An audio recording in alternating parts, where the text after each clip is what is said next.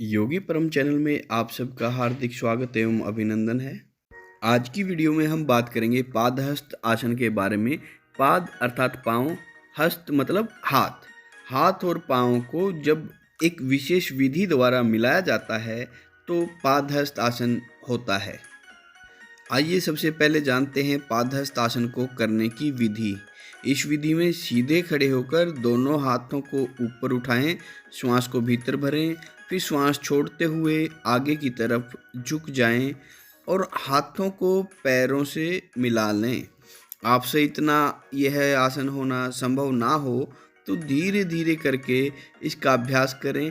एकदम से इतना ना हो पाएगा तो जितना आगे झुका जाता है उतना ही झुकें, ज़बरदस्ती बिल्कुल भी ना करें। धीरे धीरे आपका अभ्यास बढ़ जाएगा। ये बच्चे एकदम से इस आसन को नहीं करने लगे हैं, इन्होंने भी बहुत टाइम लगाया है। अभ्यास से धीरे धीरे इस आसन को इन्होंने करना शुरू किया है। आप भी कर सकते हैं। सिर्फ आपको करने के लिए एक फर्म डिटर्मिनेशन की आवश्यकता है, एक दृढ़ निश्चय की आवश्यकता है। जब आप इसको करने लगेंगे आपसे भी होने लग जाएगा। ऐसा नहीं है कि आप सोचेंगे और हो नहीं पाएगा, निश्चित रूप से आप इसको कर पाएंगे। इसका करना आपके दृढ़ निश्चय और आपके आत्मविश्वास के ऊपर निर्भर करता है। इसके अलावा आप कितना समय इस आसन को करने के लिए देते हैं वह भी बहुत महत्वपूर्ण है।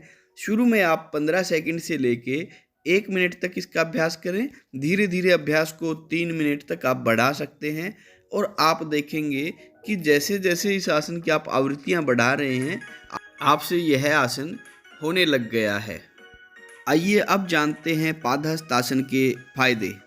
पहला फ़ायदा तो यह है कि इससे हमारे पेट पर दबाव पड़ता है, जिससे पेट की मसाज होती है और आंतरिक जो अंग होते हैं उन पे दबाव उत्पन्न होने से लीवर, किडनी, पैनक्रियाज, पाचन तंत्र का व्यायाम होता है और ये सभी अंग बहुत अच्छे रूप से अपना कार्य करना शुरू कर देते हैं। यदि आपकी जॉब प्रोफाइल ऐसी है कि आपको पूरा दिन बैठकर कार्य करना पड़ता है तो इसकी वजह से आपकी कमर के नीचे के हिस्से में दर्द रह सकता है, आपकी गर्दन में दर्द हो सकता है और कमर में ऐंठन हो जाती है, कमर की शेप जो है वो बिगड़ जाती है।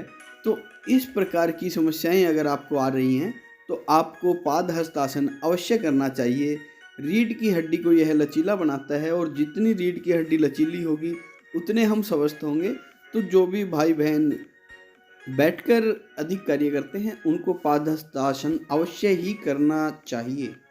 यदि आपको पाचन संबंधी समस्याएं रहती हैं, गैस, पेट की वायु, अपच, अफारा, अजीर्ण आदि की समस्याएं हैं तो आपको पादहस्त आसन से बहुत लाभ हो सकता है। इसका अभ्यास अवश्य करें। यदि आपको कब्ज की समस्या रहती है, आपका पेट बढ़ा हुआ है, तोंद आगे की तरफ निकली हुई है तो यह आसन आपके लिए बहुत फायदेमंद हो सकता है। जब हम पादहस्त आसन का अभ्यास करते हैं तो हमारा सिर हृदय के नीचे की तरफ आ जाता है, जिससे हमारे ब्लड का सर्कुलेशन सिर की तरफ अधिक हो जाता है, जिससे हमारा मस्तिष्क, आँख, कान, नाक सब सहज रूप से अपना कार्य कर पाते हैं। पादहस्त आसन के अभ्यास से आपके मस्तिष्क में जो स्ट्रेस रहता है उसका लेवल धीरे धीरे कम होने लगता है और यही आसन आपको उससे मुक्त करने में भी सक्षम है। इसके अभ्यास से मन एकदम शांत हो जाता है, एंजाइटी, बेचैनी आदि से आपको राहत मिलती है। इस आसन के अभ्यास से हाई ब्लड प्रेशर, अस्थमा, नपुंसकता, साइनोसाइटिस आदि बीमारियां ठीक होने लगती हैं। जिन बच्चों की लंबाई नहीं बढ़ती है अथवा आवश्यकता से बहुत कम बढ़ती है तो वो अगर इसका अभ्यास सुबह शाम 3-3 मिनट करें तो निसंदेह उनके कद में बहुत अच्छी वृद्धि हो सकती है। यदि आपके पाँव में घुटने के पीछे की नसों में दर्द रहता है तो पादहस्त आसन के अभ्यास से यह धीरे धीरे दूर होने लगता है। अब हम बात करते हैं किन व्यक्तियों को इस आसन का अभ्यास नहीं करना चाहिए। तो जो व्यक्ति उच्च रक्तचाप, हाई ब्लड प्रेशर के पेशेंट हैं, हृदय के रोगी हैं, हार्ट की जिनको प्रॉब्लम रहती है, हिर्निया की समस्या है, स्लिप डिस्क है, ऐसे व्यक्तियों को इसका अभ्यास नहीं करना चाहिए। इसके अलावा डॉक्टर या वैद्य ने जिनको आगे झुकने से मना किया है उन्हें भी इसका अभ्यास नहीं करना चाहिए। गर्भवती महिलाओं को इसका अभ्यास नहीं करना चाहिए। साइटिका के रोगियों को भी इसका अभ्यास नहीं करना चाहिए। शुरुआत में इसका अभ्यास किसी अच्छे कुशल योग प्रशिक्षक के देखरेख में ही आपको करना चाहिए। जब आप इसको सीख जाएं तो फिर स्वयं भी कर सकते हैं। अंत में श्वास भरते हुए हाथों को सीधा करके ऊपर की तरफ लेके जाएं और फिर धीरे धीरे वापस आएं। यह वीडियो आपके साथ साथ किसी अन्य के भी काम आ सकती है, इसलिए वीडियो को शेयर अवश्य कर दें।